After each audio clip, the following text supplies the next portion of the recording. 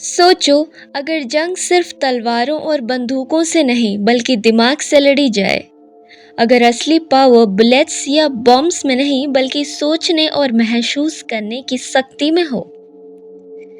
History में जितने भी बड़े वॉर्स हुए हैं वो सिर्फ बैटलफील्ड पे नहीं लड़े गए। एक और बैटलफील्ड हमेशा छुपा रहा है, एक साइकिक बैटलफील्ड। ऐसी एक दुनिया जिसमें सोच, इमोशंस और माइंड कंट्रोल ही असली हथियार हैं। ये द साइकिक बैटलफील्ड का सच है। एक ऐसी सीक्रेट हिस्ट्री जो गवर्नमेंट्स, इंटेलिजेंस एजेंसीज और कोवर्ट ऑपरेटिव्स के दिमाग में छिपी रही है। क्या आपको पता है कि CIA और KGB जैसे इंटेलिजेंस एजेंसीज साइकिक स्पाइंग और माइंड वॉरफेयर पर काम कर चुकी हैं? क्या आपको यकीन होगा अगर कहूँ कि सोच से किसी भी इंसान को मैनिपुलेट किया जा सकता है? कि माइंड रीडिंग, रिमोट व्यूइंग और टेलीपैथी सिर्फ साइंस फिक्शन नहीं बल्कि एक रियल रिसर्च का हिस्सा रहे हैं। ये एक ऐसा जंग है जो नज़र नहीं आती। कोल्ड वॉर के टाइम पे जब अमेरिका और सोवियत यूनियन एक दूसरे से हर लेवल पर compete कर रहे थे, तब एक ऐसा बैटलफील्ड था जो आम लोगों की नज़र से छुपा रहा, माइंड वॉरफेयर का बैटलफील्ड। CIA ने एक टॉप सीक्रेट प्रोजेक्ट स्टार्ट किया, प्रोजेक्ट स्टारगेट। इसका मकसद था ऐसे लोगों को ढूंढना जो बिना किसी टेक्नोलॉजी के सिर्फ अपनी माइंड पावर से एनिमीज के सीक्रेट्स जान सकें। ये लोग रिमोट व्यूइंग का यूज़ करते थे, मतलब बिना फिजिकली वहाँ जाए अपनी सोच से किसी भी जगह को देखना, किसी भी इंसान की एक्टिविटीज़ को समझना। सोवियत यूनियन भी पीछे नहीं था। KGB और रशियन साइंटिस्ट साइकिक एबिलिटीज़ को डेवलप करने में लगे थे। उनका बिलीफ था कि अगर एक इंसान दूसरे इंसान की सोच पढ़ सके तो दुनिया का पावर स्ट्रक्चर चेंज हो सकता है। क्या साइकिक स्पाइंग पॉसिबल है? बहुत सारे रिपोर्ट्स बताती हैं कि रिमोट व्यूअर्स ने ऐसे जगहों को डिस्क्राइब किया जो उन्होंने कभी देखी भी नहीं थी। एक बार एक साइकिक स्पाई ने एक सोवियत मिलिट्री बेस का पूरा लेआउट बता दिया, और जब US इंटेलिजेंस वहां पहुंची तो उनका डिस्क्रिप्शन एकदम सही निकला। एक और इंसिडेंट में एक साइकिक स्पाई ने एक सीक्रेट न्यूक्लियर सबमरीन का लोकेशन पिन पॉइंट किया जो दुनिया के किसी भी सैटेलाइट या सोनार सिस्टम से दिख नहीं रही थी।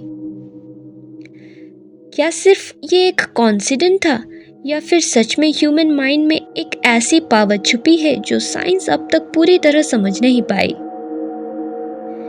माइंड कंट्रोल सबसे डेंजरस वेपन होता है। साइकिक स्पाइंग एक तरफ, लेकिन माइंड कंट्रोल का साइंस और भी ज़्यादा टेरिफाइंग है। अगर किसी के दिमाग में घुसना पॉसिबल हो तो क्या उसके थॉट्स मैनिपुलेट करना भी पॉसिबल हो सकता है? यही एक्सपेरिमेंट अमेरिका और सोवियत यूनियन दोनों सीक्रेटली कर रहे थे। MK अल्ट्रा एक ऐसा प्रोजेक्ट था जिसमें ड्रग्स, हिप्नोसिस और साइकोलॉजिकल टेक्निक्स का यूज़ करके माइंड कंट्रोल को टेस्ट किया गया। क्या किसी इंसान को बिना उसके मर्जी के एक ऐसा एजेंट बनाया जा सकता है जो बिना सोचे ऑर्डर्स फॉलो करे? एक ऐसा सोल्जर जो बिना समझे किसी भी टारगेट को एलिमिनेट कर दे। हिस्ट्री में देखा गया है कि बहुत सारे असैसिनेशंस और कोवर्ट मिशंस में ऐसे लोग इन्वॉल्व थे जो एक ट्रांस लाइक स्टेट में थे। क्या ये सिर्फ साइकोलॉजिकल कंडीशनिंग थी या फिर एक और इनविजिबल फोर्स का काम? अब जानते हैं टेलीपैथी के बारे में। क्या सोच ट्रांसफर की जा सकती है? अगर माइंड रीडिंग और रिमोट व्यूइंग पॉसिबल है तो क्या टेलीपैथिक कम्युनिकेशन भी रियल हो सकती है? मिलिट्री एक्सपेरिमेंट्स में ऐसे लोग मिले जो बिना किसी इलेक्ट्रॉनिक डिवाइस के एक दूसरे के थॉट्स परसीव कर सकते थे। कई बार बिना किसी एक्सटर्नल सिग्नल के दो लोग एक दूसरे के दिमाग में चल रही चीज को सेंस कर पाते थे। इसका एक और डेंजरस एस्पेक्ट है ब्रेन वेव मैनिपुलेशन। अगर सोच एक फ्रीक्वेंसी है तो क्या मशीन्स या साइकिक एजेंट्स उस फ्रीक्वेंसी को कंट्रोल कर सकते हैं? क्या एक इंसान के इमोशंस और डिसीजंस एक्सटर्नल सोर्सेस से मैनिपुलेट हो सकते हैं? अब तक इन सब के आंसर्स तो नहीं मिल पाए हैं।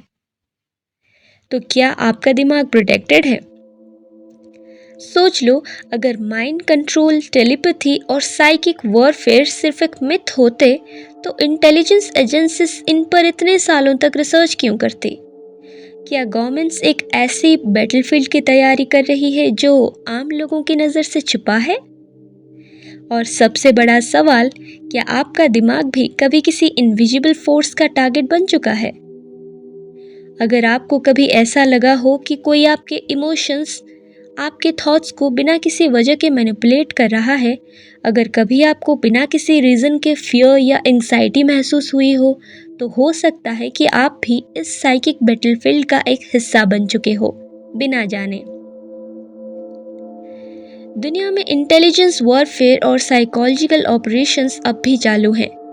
हर नए टेक्नोलॉजी के साथ माइंड कंट्रोल टेक्निक्स और भी सोफिस्टिकेटेड हो रहे हैं। तो क्या हम रेडी हैं अपने दिमाग को प्रोटेक्ट करने के लिए? क्या हम अपनी सोच को इंडिपेंडेंट रखने के लिए तैयार हैं? क्योंकि जो भी हम सोचते हैं, जो भी हम मानते हैं, शायद वो हमारा खुद का नहीं बल्कि किसी और का डला हुआ हो। और अगर ऐसा है तो सच क्या है? सोचने की बात है।